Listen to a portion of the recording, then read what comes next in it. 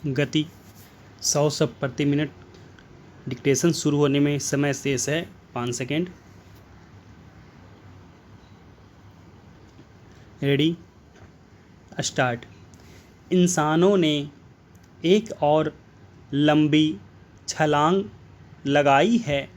अमेरिकी अंतरिक्ष agency NASA की ओर से जेम्स वेब स्पेस टेलीस्कोप द्वारा ली गई ब्रह्मांड की ऐसी तस्वीरें मंगलवार को जारी की गई जो अभूतपूर्व और चमत्कारिक हैं।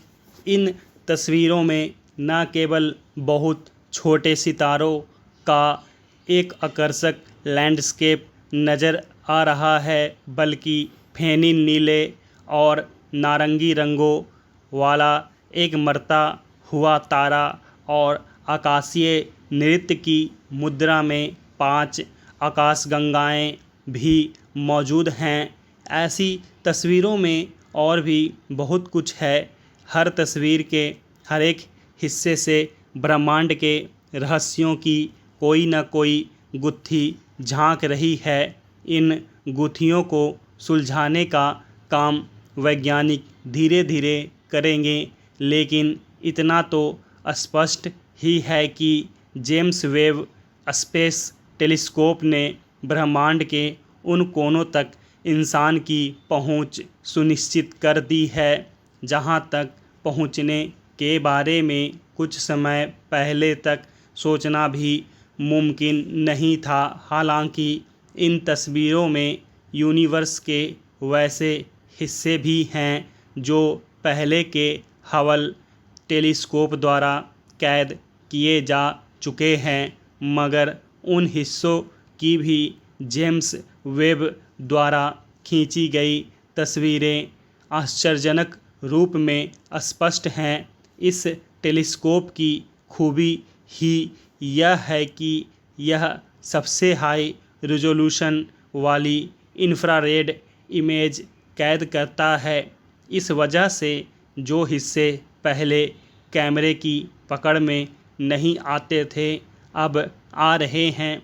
इसी का परिणाम है कि अब हम इन तस्वीरों के जरिए ब्रह्मांड के शुरुआती दौर तक की यात्रा कर सकते हैं। यह ख्याल ही रोमांचित करने वाला है कि नासा की ओर से जारी तस्वीरों में हमें 13 अरब साल से भी पहले बने सितारों की चमक दिखाई दे रही है। बिग बैंग का वक्त 13.8 अरब साल पहले का माना जाता है, यानी हम ब्रह्मांड की उत्पत्ति के कुछ ही समय बाद तक का दृश्य देख पाएं। मनुष्य तो छोड़िए, पृथ्वी की उत्पत्ति भी महज 4 अरब साल पुरानी है।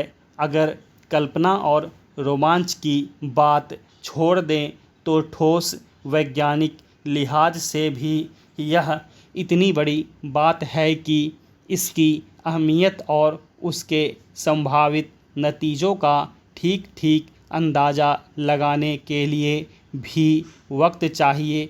ब्रह्मांड की उत्पत्ति के रहस्यों को सुलझाने से लेकर पृथ्वी से इतर जीवन की संभावनाओं की तलाश तक तमाम महत्वपूर्ण अभियानों को यह निर्णायक ढंग से प्रभावित करने वाला है। बहरहाल, इस मौके पर यह भी रेखांकित करते हुए चलना ठीक होगा कि इस मुहिम की अगुवाई भले नासा कर रहा हो, यहाँ तक पहुँचने की इस यात्रा में न केवल यूरोपीय स्पेस एजेंसी और कनाडाई स्पेस एजेंसी का सक्रिय योगदान है, बल्कि पूरी दुनिया की अंतरिक्षवेत्ता बिरादरी की प्रत्यक्ष अप्रत्यक्ष भूमिका इसमें रही है। इसीलिए यह मनुष्य मात्र की उपलब्धि है और इसीलिए आज इस पर इंसानियत फ़ख्र कर रही है। जिस तरह से देश में धार्मिक उन्माद और कट्टरता भड़काने वाली ताकतों के उभरने के संकेत मिल रहे हैं, वह सरकार और बीजेपी दोनों के लिए चिंता की बात है। पिछले दिनों हेट स्पीच और भड़काऊ बयानों में बढ़ोतरी तो देखी ही गई, उदयपुर और अमरावती में इनका असर भी दिखा। इससे साफ है कि इस माहौल को तत्काल प्रभाव से सामान्य करने की कोशिश होनी चाहिए। केंद्र सरकार और बीजेपी ने इस दिशा में काम शुरू भी कर दिया है। पार्टी और सरकार दोनों को पता है कि अगर माहौल में बढ़ती घृणा को अभी नियंत्रित नहीं किया गया तो आने वाले समय में समस्या और गंभीर हो सकती है, जिससे उनके लिए भी सिरदर्द पैदा होगा। मगर मामला सिर्फ बीजेपी या सरकार का नहीं है। समाज में बढ़ता ध्रुवीकरण विपक्षी दलों के लिए भी चिंता की बात है। वे भी जल्द से जल्द दूसरे मुद्दों को राजनीति के केंद्र में लाना चाहते हैं। नफरत और उन्माद की स्थिति बनी रहने के कई अन्य नुकसान भी हैं। मसलन दुनिया में मजबूत लोकतंत्र की भारत की छवि पर इसका असर पड़ सकता है। निवेश की संभावनाओं को लगातार जारी सामाजिक तनाव प्रभावित कर सकता है। साथ ही सांप्रदायिक ध्रुवीकरण और इससे उपजे तनाव से सरकार के इकबाल पर भी सवाल उठता है। ऐसा नहीं कि बीजेपी इस भड़काऊ माहौल से चिंतित होती है तो विपक्ष को इसमें कोई संभावना नज़र आती है।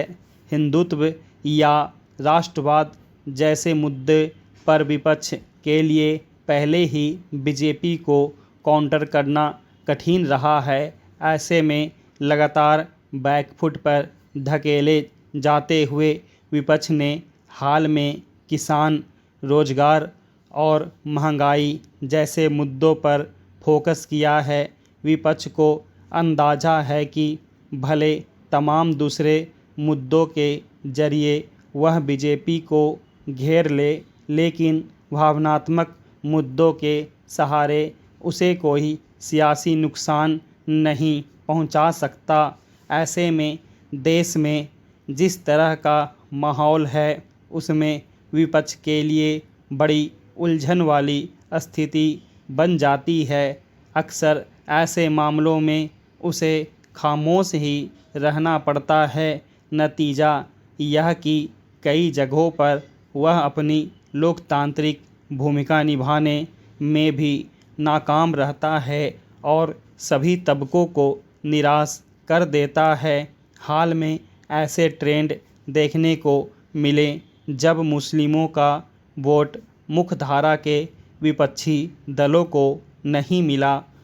ओवैसी की पार्टी के अलावा कुछ और कट्टरपंथी संगठनों के उभरने के पीछे भी यही कारण है। विपक्ष के लिए यह चिंता की बात है।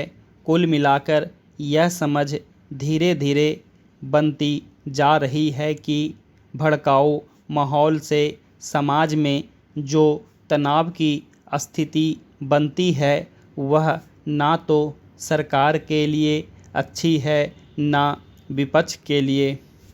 स्टॉप।